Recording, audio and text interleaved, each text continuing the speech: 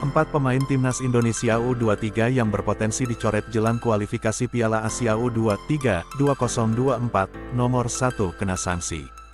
Berikut 4 pemain timnas Indonesia U23 yang berpotensi dicoret jelang kualifikasi Piala Asia U23 2024. Dari 27 pemain yang dipanggil, Garuda Muda hanya diizinkan mendaftarkan 23 diantaranya oleh AFC.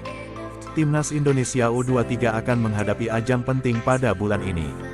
Anak asuh Shin Tae-yong akan berjuang merebut tiket ke putaran final Piala Asia U23 2024. Di kualifikasi Piala Asia U23 2024, skuad Garuda Muda tergabung di grup K bersama dengan Taiwan dan Turkmenistan.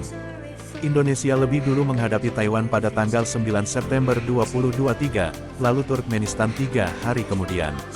Sebanyak 27 pemain dipanggil untuk menghadapi kualifikasi Piala Asia U23 2024. Namun, 4 diantaranya kemungkinan besar akan dicoret.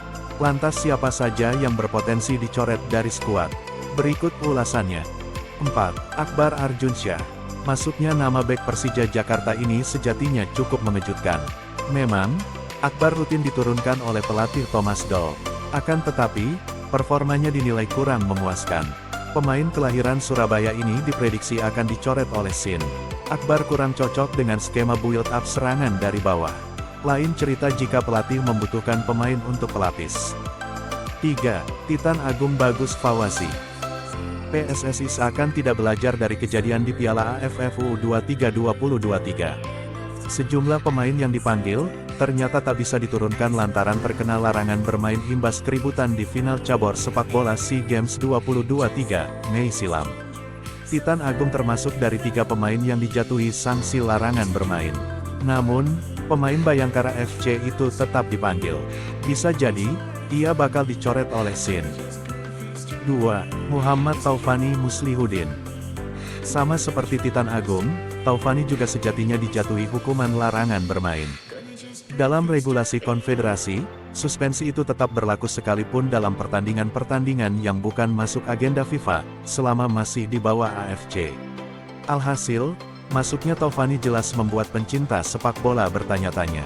Sebab, kemungkinan besar penggawa Borneo FC Samarinda itu tidak bisa diturunkan. 1. Komang Teguh Trisnanda. Seperti sudah disinggung, Komang Teguh juga termasuk pemain yang dihukum. Shin dan PSSI seakan seperti tidak belajar dari Piala AFF U23 2023. Bek Borneo FC itu juga dipanggil, tetapi tidak bisa diturunkan sama sekali dalam 4 pertandingan. Hukuman bagi Komang Teguh hanya sisa 2 lagi.